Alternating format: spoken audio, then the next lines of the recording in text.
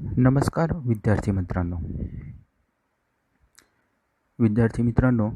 इयत्ता 10वीच्या या नवीन शैक्षणिक वर्षामध्ये मी आपणा सर्वांचे हार्दिक स्वागत करतो.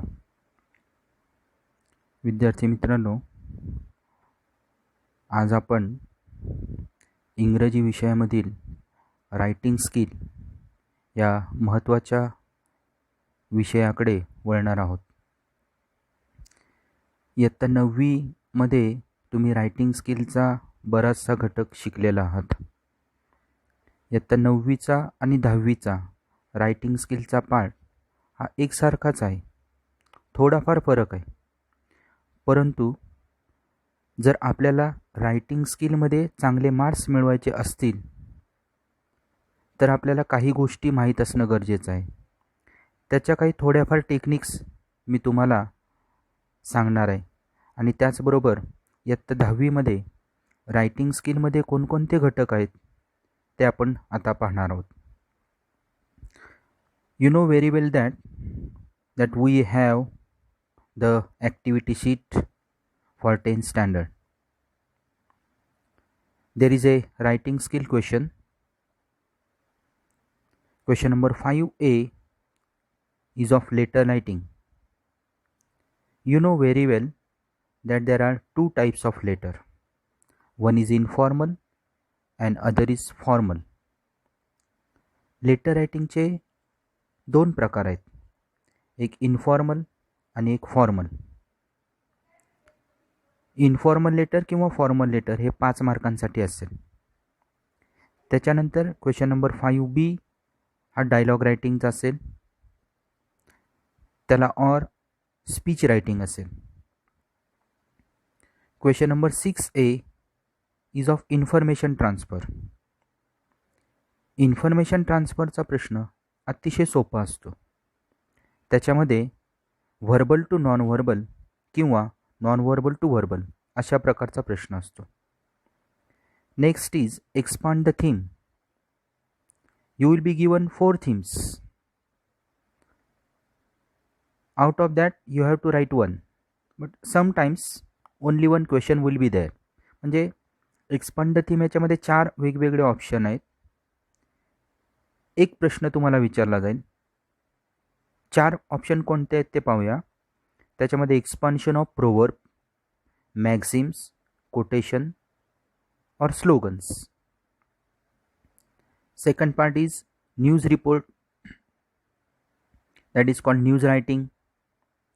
विद्यार्थी मित्रांनो, हा न्यूज रायटिंगचा प्रश्न 12वीच्या बोर्डाच्या प्रश्नपत्रिकेमध्ये बऱ्याच वेळेला विचारला जातो. न्यूज रायटिंग म्हणजे नवीन असा काही वेगळा विषय नाही आहे. आपण वर्तमानपत्रामध्ये एखादी बातमी जी पाहतो तीच बातमी आपल्याला या ठिकाणी इंग्रजी भाषेमध्ये लिहायची असते, बाकी काही नाही. Next question is descriptive writing. Description of place, personality or situation. Another is developing a story or narrating an experience with the given beginning or end. Then question number 7A is of live English. It is also for 5 marks. Live English activity इयत्ता 9वीमध्ये तुम्ही जशी शिकलेला आहात त्याच प्रकारची live English activity याही वर्षामध्ये तुम्हाला असेल. Question number 7B is of translation. It is also for 5 marks. त्याच्यामध्ये translation of English words into mother टंग. काही इंग्रजी भाषेतले शब्द आहेत ते मातृभाषेमध्ये त्याचं रूपांतर करायचं आहे. Translation of English sentences into mother tongue. इंग्रजीतली काही वाक्य आहेत ती मराठीमध्ये भाषांतर करायचे आहेत. And translation of sentences of mother tongue into English. मातृभाषेमध्ये काही वाक्य आहेत ती इंग्रजीमध्ये त्याचं रूपांतर करायचं आहे. तर या पद्धतीने क्वेश्चन नंबर 5, क्वेश्चन नंबर 6 आणि क्वेश्चन नंबर 7 हा रायटिंग स्किलचा प्रश्न असेल. या रायटिंग स्किलच्या प्रश्नापैकी आज आपण लेटर रायटिंग हा पार्ट पाहणार आहोत. मगाशी मी जसं तुम्हाला सांगितलं त्याप्रमाणे There are two letters in letter writing section. One is informal and another is formal. बोर्डाच्या ॲक्टिव्हिटी शीटमध्ये लेटर रायटिंगमध्ये दोन प्रश्न तुम्हाला दिलेले असतील. एक इन्फॉर्मल लेटर असेल आणि एक फॉर्मल लेटर असेल. आता या दोन्ही प्रकारच्या लेटरमध्ये विषय दिलेला असतो. तो विषय म्हणजे एखादी ॲडव्हर्टाईज असेल, एखादी न्यूज असेल, एखादी इन्स्ट्रक्शन असेल किंवा एखादं निमंत्रण दिलेलं असेल. म्हणजे प्रश्न जो दिलेला असतो तो निवेदन, जाहिरात, बातमी, सूचना, निमंत्रण यांच्यासारख्या स्वरूपामध्ये असेल. त्यावर आधारित दोन प्रश्न दिलेले असतील. म्हणजे एक फॉर्मल लेटरसाठी असेल आणि एक इन्फॉर्मल लेटरसाठी असेल. प्रश्न एकच असेल, तो वेगवेगळ्या पद्धतीने लिहायचा. आता त्याच्यामध्ये सुरुवातीला आपण इन्फॉर्मल लेटर हा पार्ट पाहूया. इन्फॉर्मल लेटर म्हणजे अनौपचारिक पत्र. आता अनौपचारिक पत्र म्हणजे इन्फॉर्मल लेटर नक्की कशाला म्हणायचं? The letter which we write to our father, mother, brother, sister, uncle and auntie and our friends is called the informal letter. Informal letter अनौपचारिक पत्र म्हणजे आपले आईवडील, बहीण, भाऊ, काका, काकी, आजी, आजोबा, नातेवाईक, मित्र यांना लिहिलेले पत्र म्हणजे इन्फॉर्मल लेटर होय. इन्फॉर्मल लेटर तुम्ही 9वीमध्ये जसं शिकलाय तसंच 10वीमध्ये आहे. तोच फॉर्मॅट आहे, त्याच्यात बदल काही नाही. आता इन्फॉर्मल लेटर हे संपूर्णपणे ब्लॉक फॉर्मॅटमध्ये लिहायचं. ब्लॉक फॉर्मॅटमध्ये पत्र लिहायचं म्हणजेच संपूर्ण पत्र हे पानाच्या डाव्या बाजूला लिहायचं. त्याच्यानंतर आपण वरती सुरुवातीला ॲड्रेस लिहितो. त्या ॲड्रेसमध्ये XYZच्या ऐवजी पत्रामध्ये दिलेलं नाव लिहायचं. त्यानंतर प्रश्नात दिलेला पत्र लेखकाचा पत्ता किंवा दिनांक लिहायचा. अभिवादन करायचं. सुटसुटीत असा परिच्छेद लिहायचा. मुद्देसूद असं ज्या ज्या गोष्टी गरजेच्या आहेत त्याच गोष्टी पत्रामध्ये नमूद करायच्या. पत्राचा सेंट्रल आयडिया महत्त्वाचा पार्ट जो आहे तो एकदम स्वच्छ योग्य अक्षरामध्ये लिहायचा. मुद्द्यांचा वापर करायचा. मजकूर नेमक्याच भाषेमध्ये लिहायचा. योग्य त्या ठिकाणी परिच्छेद पाडायचा. कारण नसताना अनावश्यक वाक्य लिहायची नाहीत. जेवढी गरजेचं आहे तेवढीच वाक्य लिहायची. पत्राचा विषय सोडून अनावश्यक मुद्दे पत्रामध्ये ॲड करायचे नाहीत. आणि शेवटी युअर्स लव्हिंगली किंवा अफेक्शनेटली अशा प्रकारचा अभिप्राय वापरायचा आणि शेवट करायचा. इन्फॉर्मल लेटर म्हणजेच अनौपचारिक पत्र. या अनौपचारिक पत्रामध्ये आपल्याला जसे मुद्दे मी सांगितलेले आहेत त्यानुसार आपण पत्र लिहिण्याचा प्रयत्न करायचा आहे. विद्यार्थी मित्रांनो, आता आपण इन्फॉर्मल लेटरचा फॉर्मॅट बघूया. Format of the informal letter. मी जसं तुम्हाला मगाशी सांगितलं की लेटर रायटिंग हे ब्लॉक फॉर्मॅटमध्ये लिहायचं आहे. ब्लॉक फॉर्मॅट म्हणजे संपूर्ण पत्र हे आपल्या उत्तरपत्रिकेच्या पानाच्या डाव्या बाजूला लिहायचं. मग त्याच्यामध्ये सुरुवातीला येईल नेम ऑफ द सेंडर, त्याच्यानंतर सेंडर्स ॲड्रेस आणि मग तारीख. पत्र पाठवणारा कोण आहे त्याचा ॲड्रेस येईल. त्याचा संपूर्ण पत्ता आपल्याला लिहायचा आहे तारखेसकट. याच्यासाठी अर्धा मार्क असेल. त्याच्यानंतर सॅल्युटेशन म्हणजे आपण समजा आपल्या वडिलांना पत्र लिहितोय तर आपण म्हणणार डिअर फादर. मदर असेल तर डिअर मदर. त्याच्यासाठी अर्धा मार्क असेल. नंतर body of the letter. Body of the letter हे 3 ते 4 परिच्छेदामध्ये आपण लिहू शकतो. त्याच्यामध्ये काय लिहायचं आहे, आपल्याला जे पॉईंट्स दिलेले आहेत पत्रामध्ये त्या पॉईंटचा वापर करायचा आहे. दिलेल्या मुद्द्यांच्या आधारेच पत्र लिहायचं आहे. मुद्दे सोडून पत्रलिखाण करायचं नाही. त्याच्यामध्ये तुम्ही ग्रॅमॅटिकल स्ट्रक्चरचा वापर करू शकता.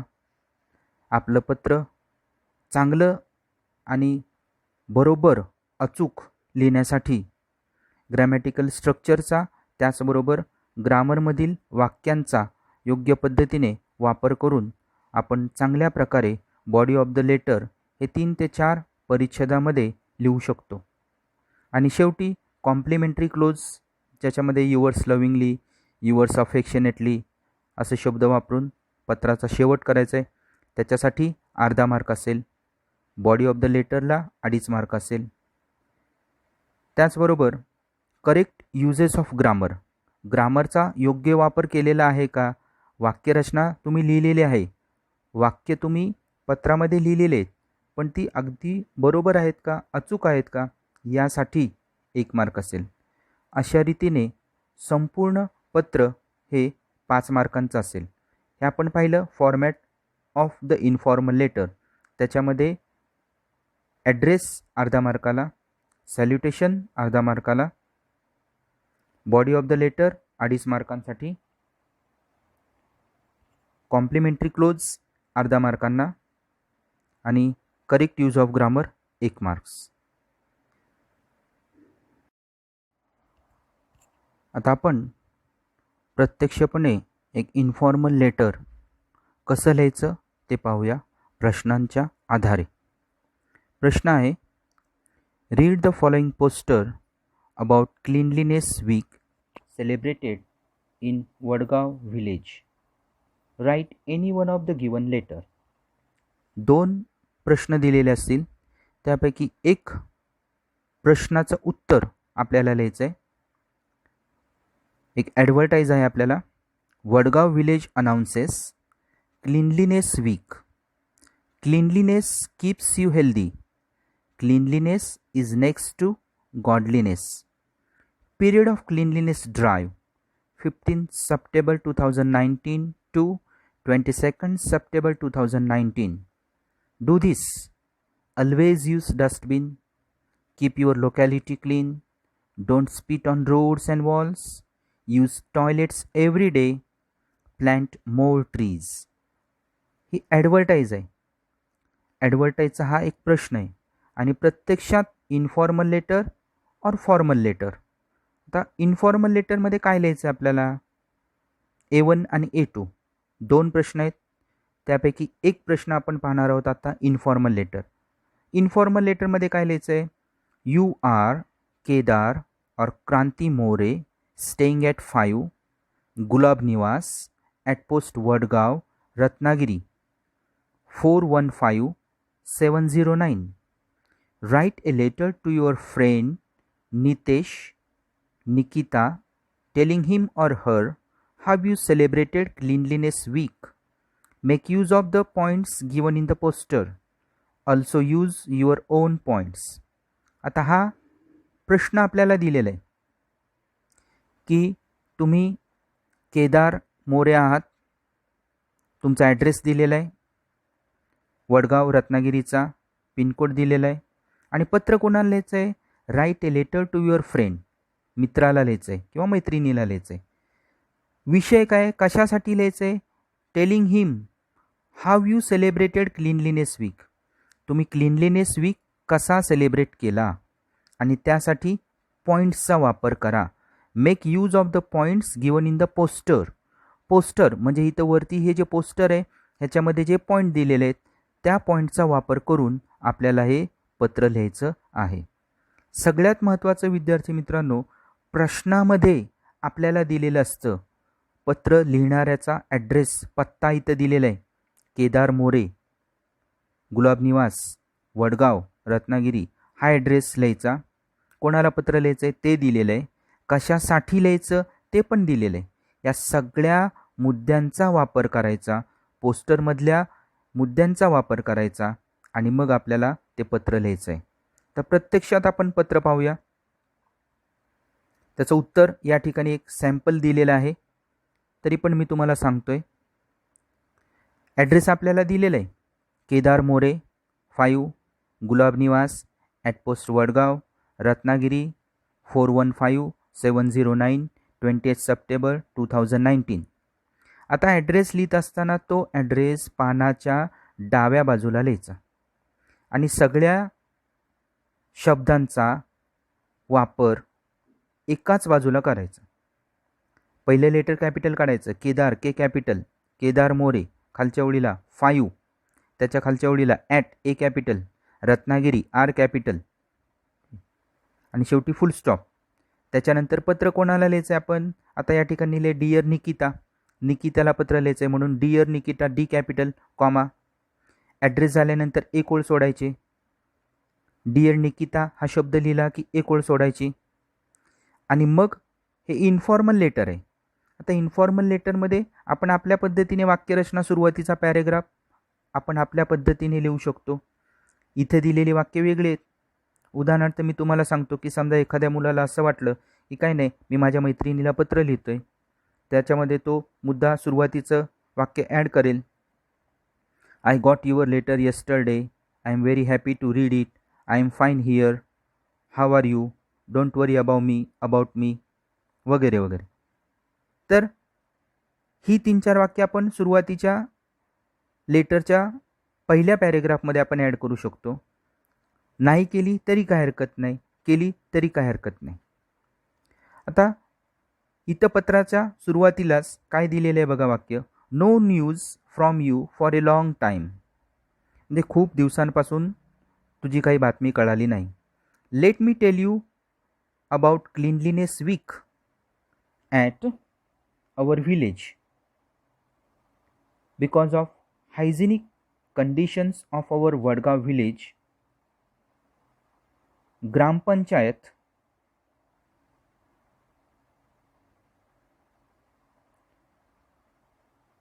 वाक्यरचना या पद्धतीने आपल्याला करायचे. आपण आपल्या पद्धतीने वाक्यरचना कशीही करू शकतो किंवा वेगळा फॉर्मॅट आपल्याला करता येईल.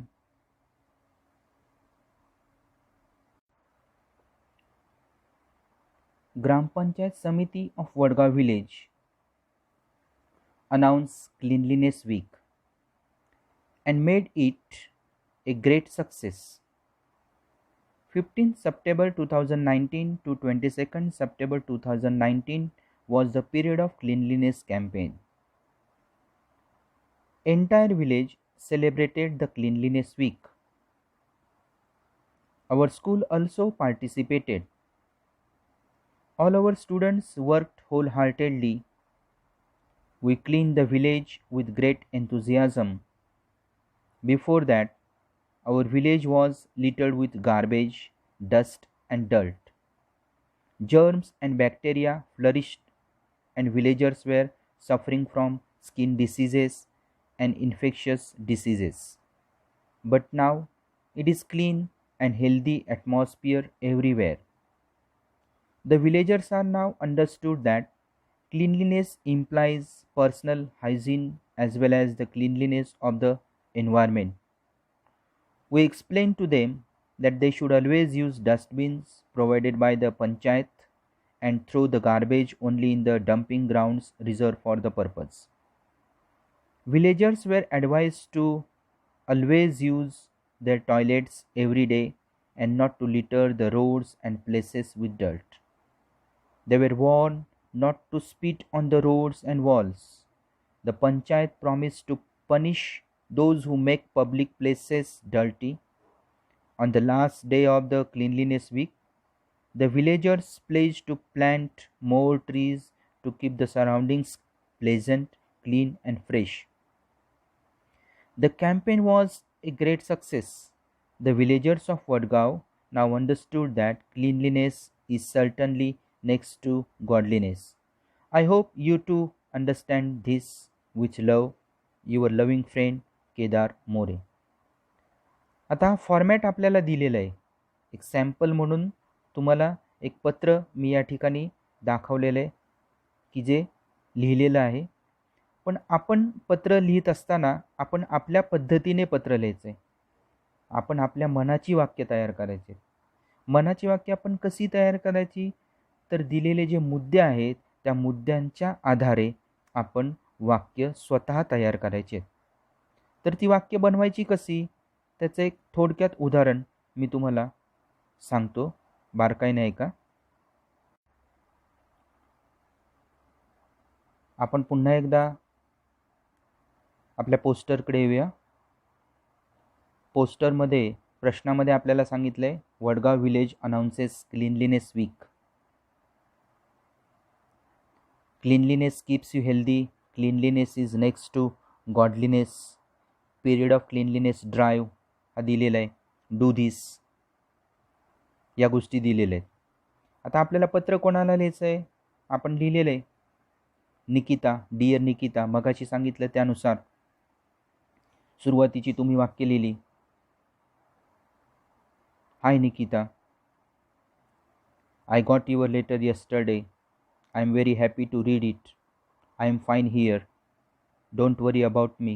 How are you? सुरुवातीच्या 4 ओळी तुम्ही पहिल्या परिच्छेदामध्ये लिहिल्या. त्याच्यानंतर प्रश्न काय तो बघायचा. प्रश्नामध्ये सांगितलंय write a letter to your friend telling him how you celebrated the cleanliness week. How you celebrated the cleanliness weak.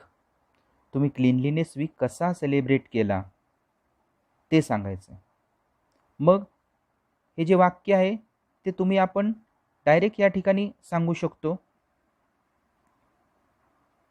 की आम्ही क्लीनलीनेस वीक सेलिब्रेट केला. त्याचं उत्तर लिहिताना तुम्ही लिहा we celebrated. You celebrated cleanliness week आहे, त्याच्याऐवजी लिहा यू मध्ये बदल करा. त्याच्याऐवजी लिहा वी सेलिब्रेटेड क्लीनलीनेस वीक. कुठे? In our village.